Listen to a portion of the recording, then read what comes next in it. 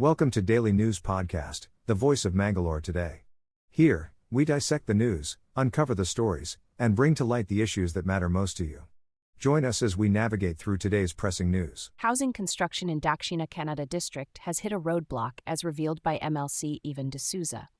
To address this issue, he urges the housing minister to visit Mangaluru for a progress review meeting and release a white paper. The government is facing challenges as banks are not approving loans, beneficiaries are not contributing, and consent letters from landlords are delayed, halting construction. Additionally, a separate tourism policy will be established for the coastal region, and a high-level meeting with ministers and officials is in the pipeline. Evan also proposes installing AI cameras in Mangaluru for enhanced security and traffic management. At a recent event, he distributed relief fund checks and emphasized the need for swift action to tackle these pressing matters. Leaders including Shashidhar Hegde and Naveen D'Souza joined in solidarity with these calls for action. In a tragic incident at Talapady, a KSRTC bus traveling from Kasaragod to Mangaluru faced brake failure and crashed into a bus shelter, claiming the lives of 4 people, including 3 women, a man, and a child from the same family. The accident also injured 7 others who were rushed to a nearby hospital for treatment. The incident occurred around 1:30 p.m., with some victims seated in an auto rickshaw parked nearby. Authorities are investigating the cause of the accident as family and friends mourn the loss of their loved ones in Mangaluru today. In a shocking turn of events, the complaint filed by Umar Farooq from Sajipunur, alleging an attempted murder on his life, has been exposed as false by the police. Umar Farooq had claimed that he was attacked with a sword by 2 unidentified men while traveling in a jeep near Daraje bus stop at Sajipunadu. However, police investigations have revealed that the entire incident was fabricated by Umar Farooq, causing unnecessary panic and unrest. Consequently, a fresh case has been registered against him under relevant sections of the law. Umar Farooq has been arrested and remanded to judicial custody. This case serves as a reminder to exercise caution and verify the authenticity of complaints before spreading misinformation. The iconic Kalasha, once a symbol of Mangaluru, has been reinstated at Pumpwell Mahavir Circle after being removed 9 years ago during the construction of the Pumpwell flyover. The 30-foot-tall, 22-ton structure was meticulously relocated with the help of the police, MESCOM staff, and local youths, using cranes, a JCB, and a trailer. The Mangaluru Jain Society plans to beautify the site over the next 2 months to honor Lord Mahavir. The Kalasha, originally installed in 2006, was temporarily housed near Pumpwell Police Outpost before its final restoration. The community's efforts and the city corporation's approval have brought back this cultural landmark to its rightful place. In the latest update from Belthangadi, a major development has unfolded in the case surrounding the alleged mass burial site in Dharmasthala village. The Special Investigation Team has identified Chinnayya, previously known as the anonymous complainant, as the prime accused, A1, in the case. Chinnayya faces a slew of charges under the Bharatiya Nyaya Sanhita, BNS, for providing false information and causing confusion. The investigation took a turn when Chinnayya's recent statement to the ST contradicted his earlier testimony in court. This has led to an expansion of charges against him, including sections related to spreading panic, obstructing justice, perjury, and conspiracy. Additionally, items linked to Chinnayya found at a residence have been seized for further scrutiny. Despite the filing of charges, Chinnayya is under witness protection, prompting the court to keep details of the case confidential. Stay tuned as the case continues to unravel in Belthangadi. In a recent development, the Bantwal Rural Police have cracked a case of cattle theft in Kanchanadkapadavu Era village. The missing cow, valued at 12,000, was reported stolen on March 23rd. The accused, Irshad from Azadnagar, Mangaluru, has been arrested for his involvement in not only this incident, but also in more than 15 similar cases of cattle theft and illegal transportation across various districts. The swift action was executed under the leadership of Dakshina Kannada SP Dr. Arun KIPS, additional SP Anil Kumar S. Pumaradi, and Bantwal Dai SP Vijay Pusad. The prime suspect was produced before the Bantwal court and has been remanded to judicial custody. The diligent efforts of the police team, led by Inspector Shiva Kumar B., with support from PSIs Manjunath T. and Krishnakant Patil, as well as head constables and constables, have resulted in a successful breakthrough in the case. In a tragic incident at Parakai near Ambalathara, a family of 4 faced a dreadful fate. Gopi, 58, Indira, 54, and their son Ranjesh, 34, lost their lives after allegedly consuming acid, whereas their younger son Rakesh, 27, is fighting for survival at Kannur Government Medical College Hospital. The family's financial struggles are believed to have led to this extreme step, with the brothers' failed business plunging them into debt after returning from work in Dubai. The incident came to light when Ranjesh contacted a relative for help in the early hours. Despite efforts to rush them to the hospital, the 3 members had already passed away. The community is shocked by the sudden turn of events and mourns the loss of the family. Ambalathara police are conducting further investigations into this heartbreaking incident. In Mudbidri, 2 individuals were apprehended for allegedly operating a prostitution network from a building within the town. The suspects, Rajesh Bovi from near Swarajya Maidan, Mudbidri, and Bharat Jain from Naravi in Beltangadi Taluk, were taken into custody following a police raid.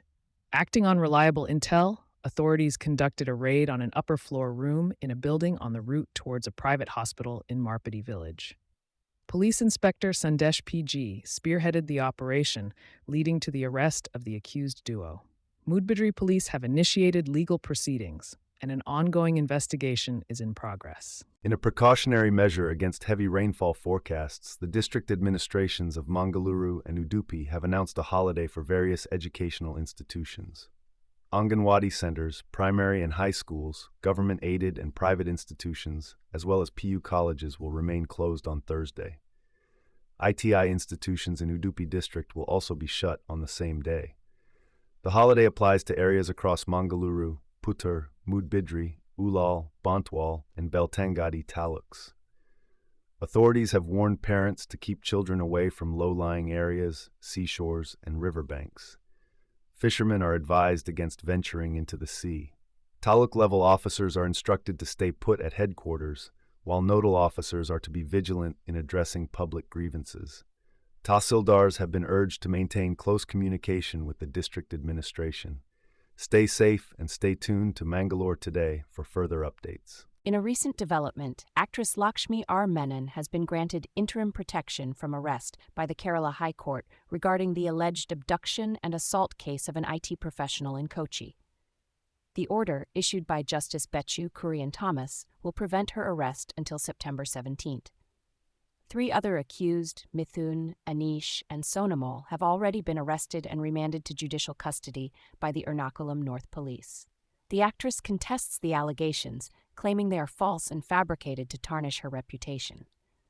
The court has adjourned the hearing to September 17th, and Lakshmi Menon, along with her co-accused, face charges under various sections of the Bharatiya Nyaya Sanhita, BNS 2023, for serious offenses like wrongful confinement, wrongful restraint, voluntarily causing hurt, kidnapping, obscene acts, criminal intimidation, and common intention. Lakshmi Menon, a well-known dancer-turned-actress from Kochi, earned recognition in Malayalam and Tamil cinema for her performances in various films. KIA Bengaluru achieves historic milestone with ACI Level 2 accreditation for accessibility enhancements. Kempegowda International Airport, Bengaluru, proudly becomes the first airport in India to receive this prestigious recognition under the Airports Council International's Accessibility Enhancement Accreditation Program. Among a global group of distinguished airports, BIAL's commendable efforts have embedded accessibility into every aspect, ensuring a seamless experience for persons with reduced mobility and disabilities. The COO of BIAL, Satyaki Raghunath, expressed gratitude for the Level 2 accreditation, emphasizing that inclusivity is a core value at BLR Airport. Innovative initiatives like the Sunflower Lanyard Scheme and India's first sensory room cater to diverse passenger needs. With a dedicated accessibility committee and ongoing staff training, Bengaluru Airport continues to prioritize empathetic assistance and infrastructure enhancements for an inclusive travel experience. In Mangalore today, Pramoda Devi Wadiyar of the royal family of Mysuru has expressed her disapproval towards dragging the Sri Chamundeshwari temple into political discussions related to the state government's Dasara celebrations. Wadiyar highlighted that insensitive remarks undermining the temple's connection to Hindus were unnecessary. She emphasized that the government's Dasara is a cultural celebration and not of religious nature. Wadiyar clarified that the royal family continues to privately observe the traditional rituals. She called for clearing obstacles and reaching a consensus to resolve the ongoing controversies swiftly. In a shocking incident, a 9th standard student at a government residential school in Shahapur has given birth to a baby boy inside the school washroom. The incident, which occurred on Wednesday afternoon, only came to light on Thursday. Both the young student and her newborn have been admitted to Shahapur Government Hospital for care.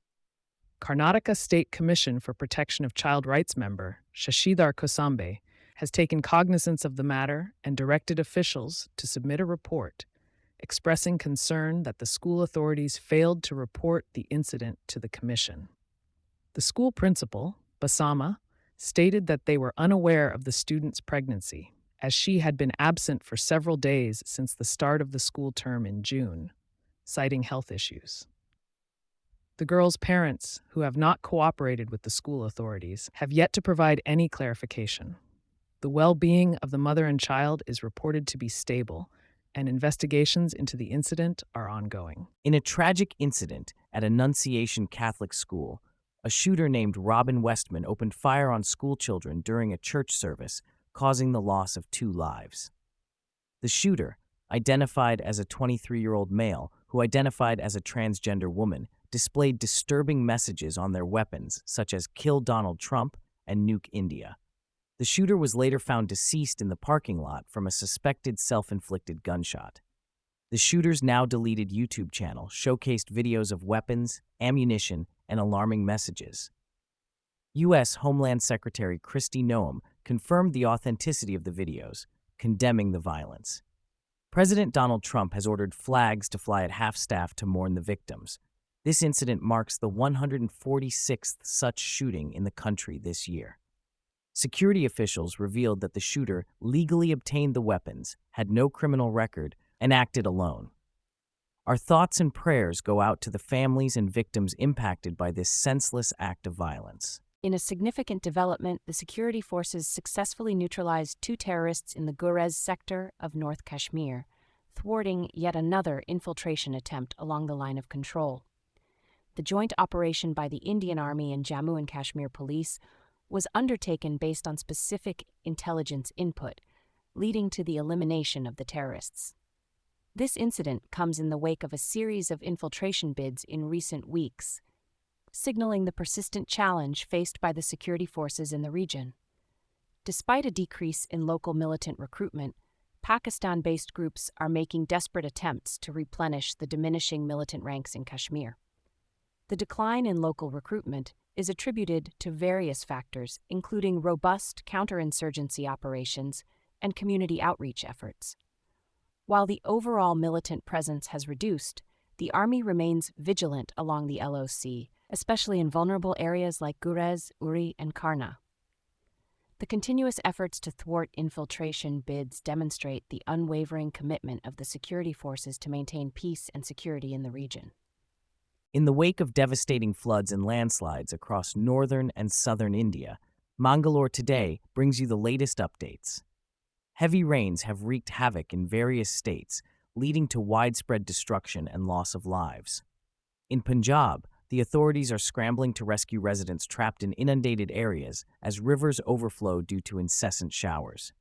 In Karnataka, the southwest monsoon has caused flooding in several regions. In the coastal state of Odisha, unrelenting downpours have disrupted normal life. Mangalore Today continues to monitor the situation closely as our country grapples with the aftermath of the relentless monsoon fury. Stay tuned for more updates on the developing situation. As we conclude today's broadcast, we extend our heartfelt thanks for your viewership. For more on the stories we've shared and beyond, our website mangaloretoday.com awaits your visit. Don't forget to subscribe for all the latest news. Thank you, and good night.